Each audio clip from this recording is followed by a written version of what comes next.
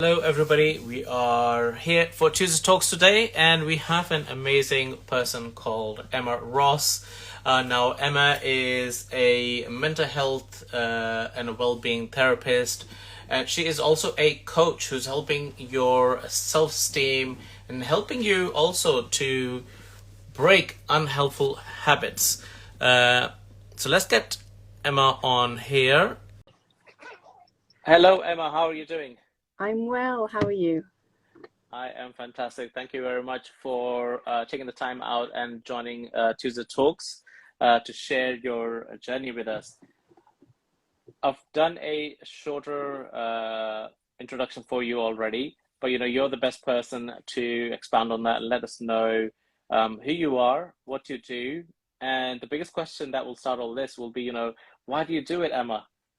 No problem at all. So, hello everybody. My name is Emma Ross. I am a therapist coach and a senior business analyst, and I live over in Cardiff in South Wales in the UK. So that tells me a bit about my skill set and what I bring. On some evenings, I work for a mental health charity and help people going through anxiety, stress, and depression to take them from struggling to coping and generally being able to do the things that anxiety and stress are having them avoid themselves do. So helping them to become brave and bold and be able to get out there, not held back by their feelings. Um, the reason I do it, I've had struggles myself, and basically I want to help people have an easier ride than I've had. So that's the purpose there. Wow, yeah, thank you for sharing that and also sharing the part where your vulnerability of you going through that struggle of well-being and stress there, which has led you to now help others. So it would be a smoother ride than it was for you. So you're there to make the path a bit more smoother than it should be for them. The journey is still there. So coming back to you're a coach as well, and tell us a little bit more about that as well. So what kind of coaching that you're doing? What kind of services are you providing? Okay, so basically I'm helping female business owners to grow their businesses whilst providing a healthy workplace for themselves and their staff so that they can be productive, resilient, and in the optimum position to serve their customers fully whilst having some fun. I love that. I love that. Whilst having some fun, because we always miss that fun part, right? When we start our entrepreneurial journey or our own businesses, we are head down, tunnel visioned, and now with a gazillion hats on that we never had before, and we're looking at this new world, and we're like, oh, we can't have fun now because we need to make sure this works, right? And it's great to hear that you're able to help them with that journey as well in terms of let's make it a little bit fun. Let's make it a lighter. We know it's a big task, but let's make it a bit lighter for you. And we started from there. So what does that journey look like, and how did you came about helping the specific niche that you've chosen now? Okay, so basically it's tapping into the kind of experiences I've had. So for quite a while, I've been working with unstable job situations on and off for quite a while. So I was learning things in the background so to help myself first of all, and then be able to use to help others. So that's been built up, and that's helped me, well, inform the well-being side. And like I said about unstable employment, the transition. So in short, over the last roughly 7 years, the last year, before last year, the last year's been pretty good. I basically had to reapply to keep my job 8 times, and that can be soul crushing, especially when it's on a repeating basis. So I can fully understand just the dread feelings and the anger and the fed upness that can come with that kind of thing. And when it comes to leadership, I've had some really good and also some really, really lousy managers who wouldn't know leadership if they saw a good example of it. So I'm using my experiences as well as book learning to help inform my approach. I love this. I love this. There was a little cut in the beginning, so I think I've missed a little bit. But I love this journey of yours as well. You know, as you're obviously learning on the go as well, but it's personal experiences there, which is the you know the far much better teacher of everything because you've experienced it and it's there. And I love that you touched upon these managers that you know that won't know leadership even if it was like staring at them, right? So they won't know it. And I've seen quite a few in my journey as well when I was in corporate world. I'm in corporate world as well. But yeah, it's interesting to hear, you know, like being in the same company, you still have to reapply every time just to stay and, you know, to do all these things. And it is uh, draining, right? And demotivating. And imagine if you just have to keep doing that. So you're also then, you know, living in a fear, so to speak, right? So because every time you're reapplying, you are also in a position of not being accepted as Absolutely, well. especially when in the situations I was in, we went from a big team which kept shrinking and shrinking and shrinking over time. So it's basically a case of being um, run pipped and run against your peers, your mates. Otherwise, you're working together, and that can cause real real problems within a functional team as well, because especially in my situation where I've been delivering business change, I've experienced it with the people that I'm working alongside and serving, and nobody likes the sense of, oh, it's being done to me, because that does that's another thing that people get wrong. It's also that sense of you can't it's difficult to make good decisions from a place of fear. That I definitely agree with that 100%. Is and that process, I believe, is created to create that fear anyway, in that kind of environment and world. And as you said, you now the peers that you were friends with and you were working with as a team are now your you know subconsciously, Competitors. yeah, subconsciously you're doing that, right? Even though you might be best friends on the face, but like, no, it's my job or your job, right? So one of us will get it. You're not going to tell everything now what your next move is or what you're trying to do because like, oh, don't want to give them the upper hand. And so it's interesting to hear that obviously that you're able to. So how are you able to guide a person who is going through that? And I know there'll be plenty in the current atmosphere that we have all over the globe. It's the same situation nowadays. Well, first of all, you can only do your best. That's no one can expect you to do anything more than that. So show up, do your best. We work with taking less pressure, taking some of the pressure off yourself so that you can perform better. So you're not going, oh, what was that thing I was thinking of? So the words flow, you feel more relaxed and eased in, and we can do breathing exercise and visualizations and various other things to help with that, and also on the practical level as well as practice and scenarios and challenging those limiting beliefs. And also, if you've been there for a while, as in a company situation for a while, and it's a bit like that book Who's Moved My Cheese. It's like you can get settled and then think, oh, something's happening, why didn't I spot that sooner, and all that. How dare Mm. they do that feeling, because in a way you get, because you're not used to putting yourself out there quite so often, it gets really scary when you feel out of practice. Yeah, no, that's another point I love that you brought up, right? Because you do feel out of practice because you're in a company for a very long time. You didn't have to, you know, sell yourself, so to speak, right? You know, you network wise, or you're promoting or CVs and so forth, you know, as you would have to if you were looking for a new position, and then now you have to. So it's like, oh, where do I start and how do I do this? And I love the fact that you touched upon, you know, you're helping them to take a smoother journey in terms of making it a bit lighter so that your words are there. You're not thinking of what you know what I have to say, and also then you are able to spot these changes that are coming along, and so forth. Right? It's a case of just being active.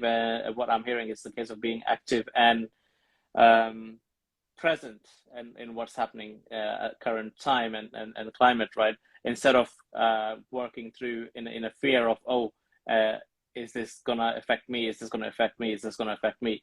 In time, probably it will, because you know, nothing is for infinity. It's a company, it's a model designed by somebody, and in time they do need to replace people and change some stuff. And when the changes are happening, this is where we need to sometimes show, and I believe we need to show that we are adaptable to their change, uh, and hence we are a best candidate to move forward with that adaptation that we can show, right? But I love that you're able to take that away from them and make it a bit lighter. Expanding onto your journey and the guidance that you've been given everybody so far, and also your are you volunteering for charities that you mentioned earlier as well? So how I do you, I did volunteer for the first roughly 300 hours, and then they started paying me in that. wow, Yeah. that is great. So obviously you're also then helping a charity amongst things that you're doing. How do you now uh, balance that time schedule thing? Because it sounds like you are spread thinly everywhere, right?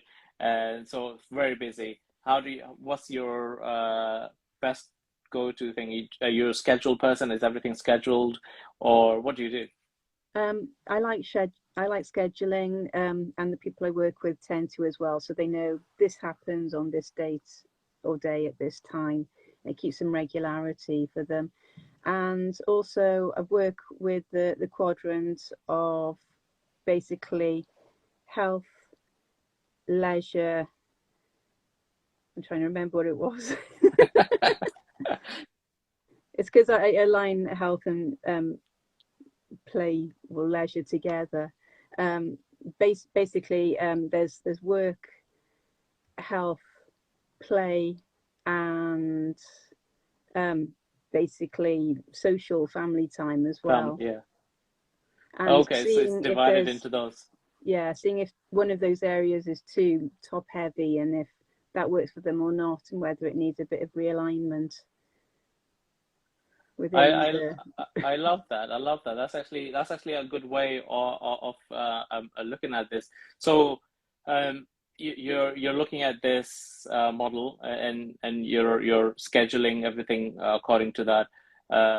So how do you have an online diary that you keep up with, or paper notebooks? How do you also do this as technologies now taking over more and more as they are becoming better and better and advanced? I noticed a lot of people now don't write things down, don't carry any notes or anything like that, because everything you can do on your phone nowadays, right, or iPad.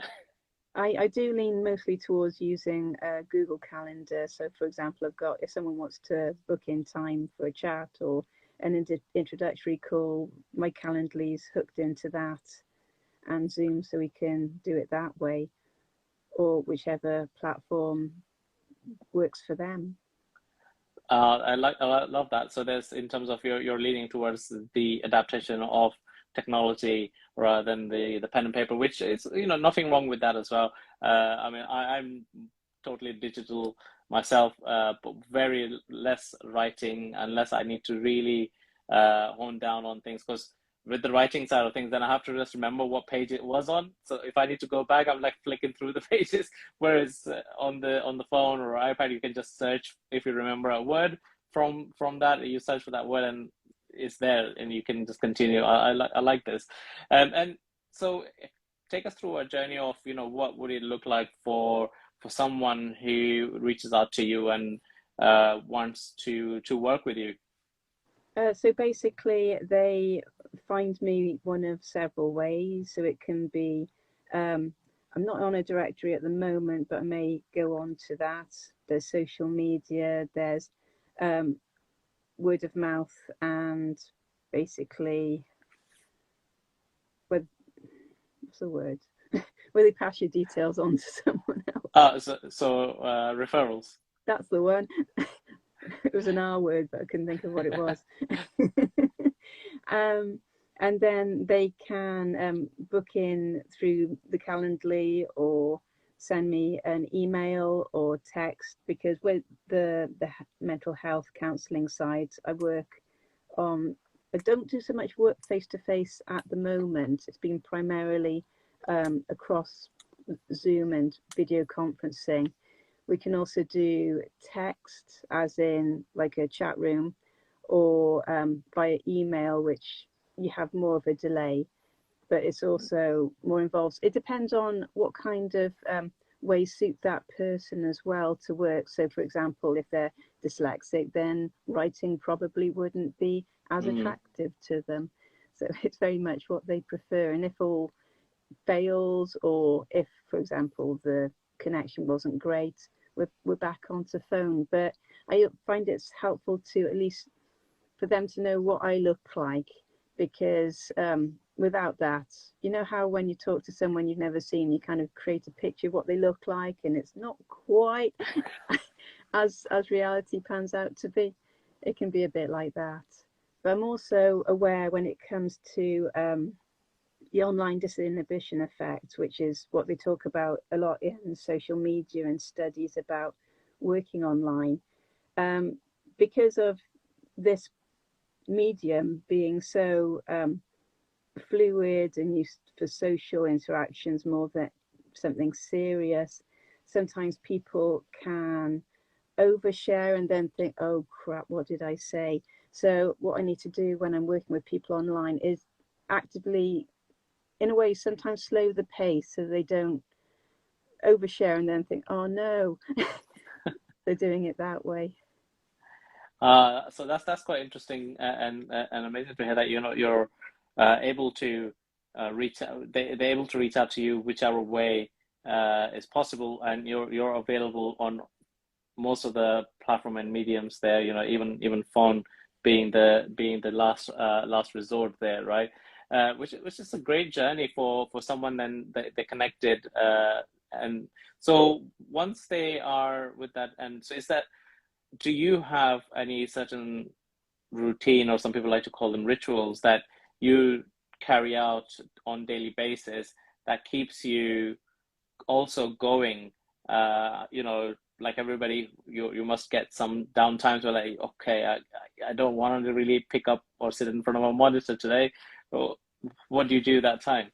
Well, I'm a big champion of self-care, and some people think self-care is selfish. No, basically, and I grabbed my mug and filled it up earlier before the call. You can't pour from an empty cup. If you haven't got it within you to give, you can't give it.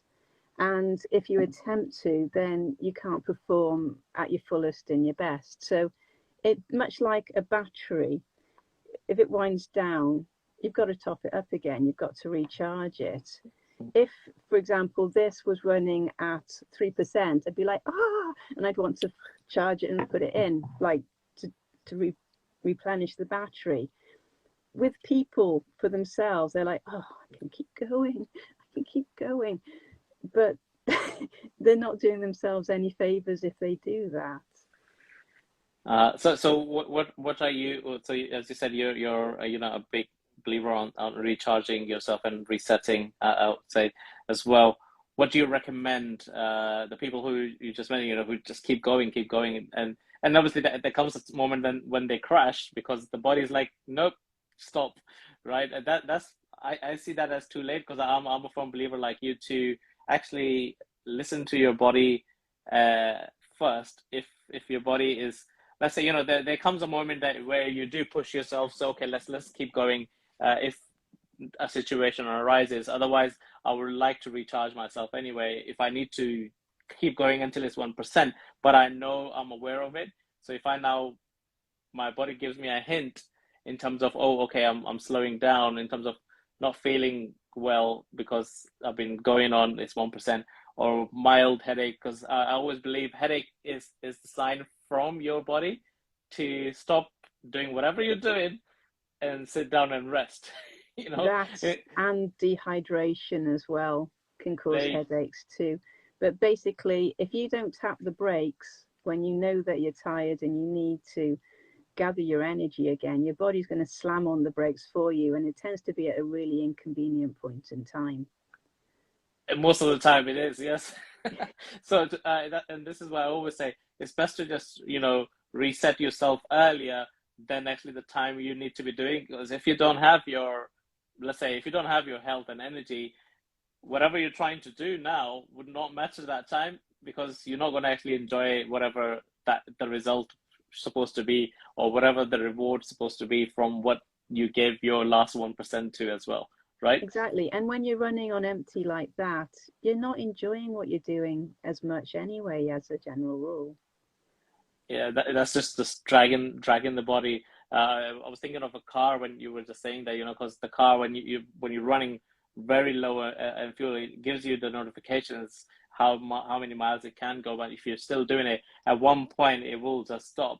And every time that I've seen anybody who stopped on it's always far away from a fuel station. So you're never near a fuel station when you desperately need the fuel, and that's what happens to us as well. Inconvenient moments that you need to be on.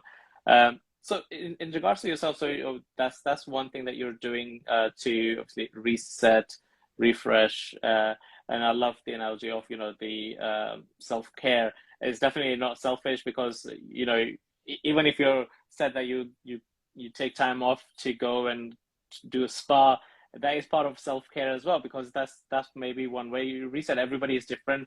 They reset different ways, right? So whatever that is, however that is reset for you, obviously you have water or whatever it is, tea, coffee, whatever that you need.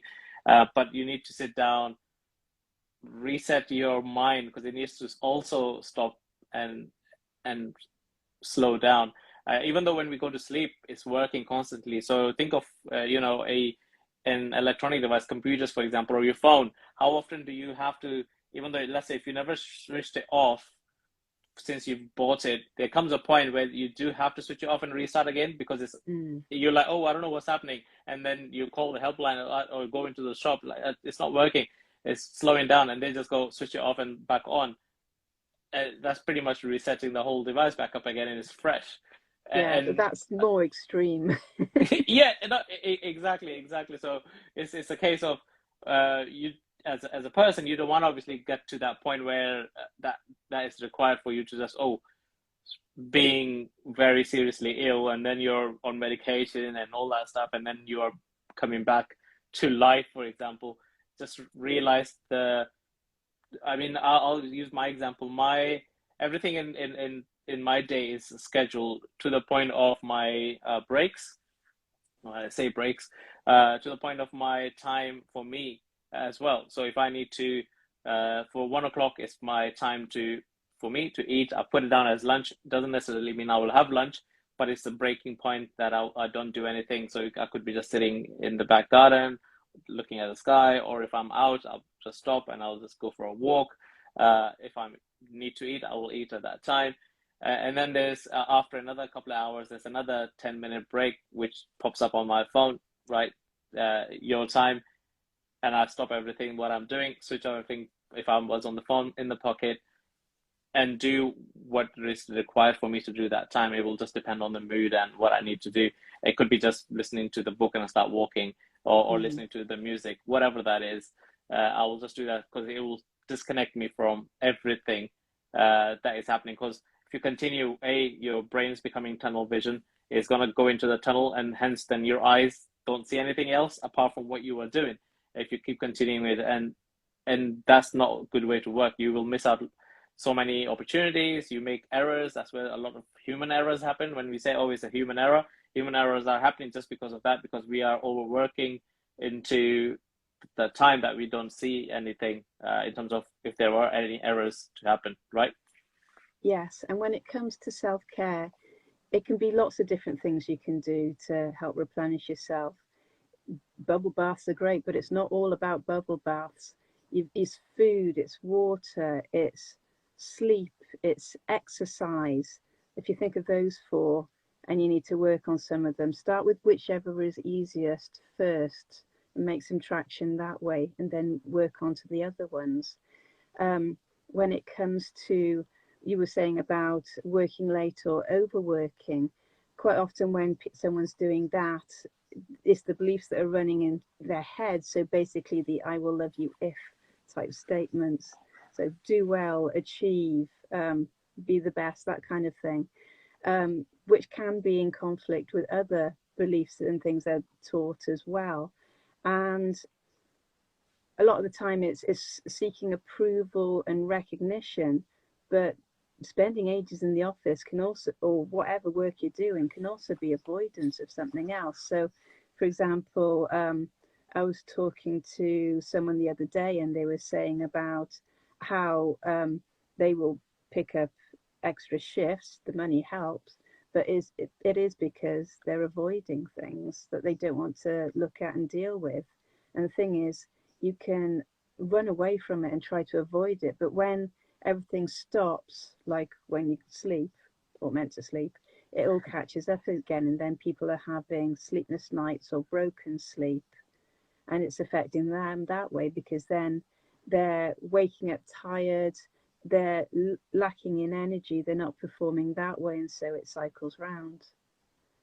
That was actually a great way that you just expanded into to it. I love that, and thank you for also touching upon that story of a person that you spoke with. It's amazing. There's definitely something for the listeners and the viewers now to take away from, is to I would say is to just slow down, right? I know we are conditioned by society around us to, like, it's a race. You need to be out there. You need to be, in a way, okay, it is a race, because everybody is trying to reach a goal, achieve something. So they want to be the first one to do it, and they want to be the first one to get the reward. They want to be on the podium, which says number one, not two or three, you know. So that's correct. But if you do it in your pace, you can still be the number one, that person that reaches there, and be the first person also experiencing everything that you need to experience, and enjoy the journey.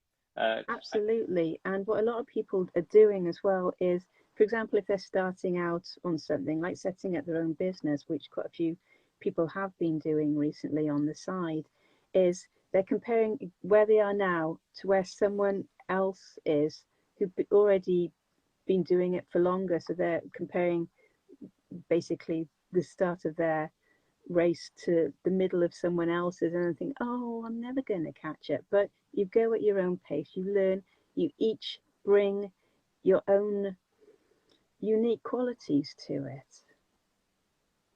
Definitely, definitely. And this is actually very good, the way, it's at your own pace and comparison, and which is 100%. I see it a lot, in the clients I get as well, is they're already comparing themselves to another person who is probably, miles ahead, maybe 2 years ahead of their business journey, and this business is maybe 6 months old, and you're looking at that. Well, yeah, that point, you don't know. You only know this journey now, but we don't know how long it's taken them to reach that journey, and you only know then from when they started sharing their journey as well. You don't know anything before that as well, right? So I think it was Richard Branson said it. I think every overnight success has 100 overnights before it's a overnight success. So that we don't know how many that overnights have happened before that one overnight success showed up, right? Exactly. And then they started sharing it. Yeah, there's usually a fair amount of work that goes in the background before anyone gets to see the results. And some people can get really quite impatient with not being able to see those results and impatient with themselves, and allowing yourself to be compassionate and acknowledge, yes, this is difficult, this is hard, but it's unfamiliar and it can be scary. And a lot of the time that anxiety or and well, fearful feeling, uncomfortableness is trying to flag up to us, actually, we're doing something unfamiliar. Yes, we know that. It's not showing us in the most helpful way. We want it to not jump in front of us and go, ah, don't do that. We want it behind us, having our backs and going along with us, because it's an important part that's trying to keep us safe. It just can do that in better ways. And you're helping everybody obviously understanding that and recognizing these things. And so and you've chosen a particular niche as well because you said female entrepreneurs, right? Uh, Yes, so what's they the face reason behind? basically they face a couple of additional challenges. So um, more often used to being dismissed, not really sure how to do things, not they want to get things more right first, as a rule. Same goes for job applications. Um, if a guy, now this is a total generalization, many guys will look at an application and think, well, I can do roughly half or thereabouts, I'll give it a go. Whereas the average woman, and there will be exceptions to the rule for each, will think, oh, I don't tick all of them yet, and will Hmm. hold themselves back that way. Oh, I see. It's I have seen that in across the board as well. Although it's generalized, it is out there, and so in a typical journey, if a female entrepreneur reaches out to you for this sort of what would that look like? What that journey should be? You know, how's the process like for that person? Let's say they need help with their new business that they just started. Well, we have an introductory call to understand if we're a good match. Do we seem to gel? Can I meet their expectations in what they need? And if not, then I'll be signposting on. We have a discussion as to what their aims, what they want to get out of the sessions that we have together. And we put together an action plan.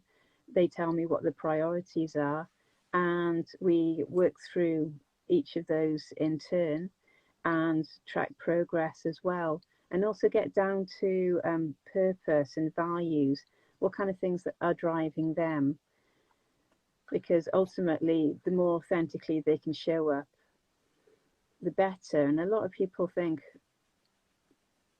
in a way, it can be difficult disconnecting what they're trying to provide from themselves, and that can be difficult in that it limits or impedes the energy with which they put themselves across. So I totally understand, and it's a so it's a quite detailed I'll say sessions to go through, right? And obviously, one session doesn't fit this thing. You will have to go through few once you've understood where they want to be, what process they want to build in terms of the business, the goals and the ambitions, and what works for them and what doesn't work for them, because they will have their strengths and weaknesses that they would want to bring forward to you as well to get them working with. So, do you focus on the weaknesses more? So, okay, oh yeah, let's see if we can build this, or let's use the strengths and take that forward, and we will see if we can delegate the weaknesses for somebody else to help you to move forward. What do you think is the best thing there? Well, so far it's more recognizing and going with the strengths, recognizing where there's room for improvement, if they have the scope to call on any help outside of themselves, and if not, then understanding, if they want to, the fastest and easiest ways that they can build upon what they've already got, whilst not getting overwhelmed. Because when starting a new business, you are every hat, you are trying to do everything, and it can be really tiring and overwhelming. And a lot of it is acknowledging that, but also encouraging them not to put too much pressure on themselves, and keeping clear on their why. Why do they want to do this? What difference are they trying to make? What problem are they trying to solve? I love this actually, and then the clarity there of the why is should be always there, right? So there's a reason that you started this. Is it also then strong enough reason to continue, and also will drive you when something is not going right, and you need to expand into make your company bigger. Also using the strengths already which you have, and continuing with that. Uh, the weaknesses also become your strengths. How I see, even though they are weak, they are going into the weakness category for the moment. But you're acknowledging your strengths and you're utilizing on them. Before you know it, your weaknesses are not weaknesses anymore. They'll become part of your strengths, because you've already in the habit of working with your strengths. You've recognized how you can work with these weaknesses that you so-called weaknesses that you had, right? Because at the moment they're weaknesses because you started and you're wearing each and every hat as you may, and you're like, oh, okay, there's about 5 hats. I have no idea what to do with, and I'll just put it on anyway and see. But then these hats, I know what I'm doing with, and before you know it, you are able to wear two at the same time, and one of them is the weaker part and one of them is a stronger part, and then you have a middle ground somewhere and you're working with it, right? And sometimes what they're perceiving as weaknesses aren't really weaknesses. It's kind of more of a case of, oh, I don't know how to do this. How important is it to be able to do that by yourself? That's actually a good thing. That's a very good question. How important is this task or whatever that is to do it by yourself, right? And if you can answer that question in terms of when you're asking that yourself, you would know if it's a weakness or not, because sometimes you just don't need it. You might need to just create a little team. He can just take over those tasks or those weaknesses from you. And that's actually, thank you very much for sharing all these wonderful habits and journeys as well, and stories with us. We should be wrapping this up in a couple of minutes now. What would you like to say to people before we just close this, as to they should do something to change their life? Oh, that feels like a big question. or something that helped you. I think we have a moment to reflect. Having a moment to reflect is quite good because the things that things come to the forefront of our mind when we do that. I'm thinking allowing yourself to be brave, starting before you're ready. And a lot of people worry about, oh, I can't do this because I haven't got the confidence. And they don't realize that confidence is a byproduct of getting out and doing it. Get out there, make the mistakes, fail fast, clean it up. If it's perfect, you've probably waited slightly too long. Just get out there and give it a go and have fun. Make it messy, make it exciting. Go out and meet people, go have fun and new experiences, go learn things. Love this, love this. Thank you very much for sharing that as well. Right at the end, I think it's an amazing share there for people out there. A lot of people do stop themselves from going forward. As you said, the confidence is just a byproduct. You just need to step into it to whatever that is. I usually say, you know, uh, if you want to do something and you get a feeling, you know, let's say you get a feeling in your chest or a gut like, oh, I shouldn't be doing it, but actually acknowledge that feeling and then accept it. Say thank you very much or whatever you want to say to yourself, but go ahead and do it. Obviously, nothing dangerous. Having a life and death situation. I'm just talking in general. Let's say you know you're thinking of starting a On that business. note, Yeah. learn from other people's mistakes. You don't have to Yes. make them all yourself. There you go. There you go. Learn from other people's mistakes. So you know, you step up to the plate and then see what it is. And most of the time, you'll find out it's not that bad. It's not what we were thinking most of the time. And a lot of time we put expectations with confidence as well. So that because we put expectations, oh, this has to be some grand big thing, the confidence goes, oh, I don't think I can do it because yeah, I'm not brave enough for this.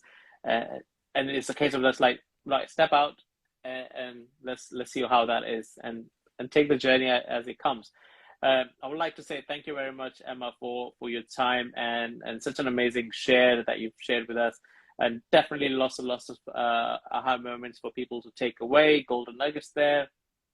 And people who've been watching with us live since beginning, thank you very much. And people who've been listening to this as a podcast or watching this on a replay on IGTV, if you had a spark or an aha moment, it's your responsibility.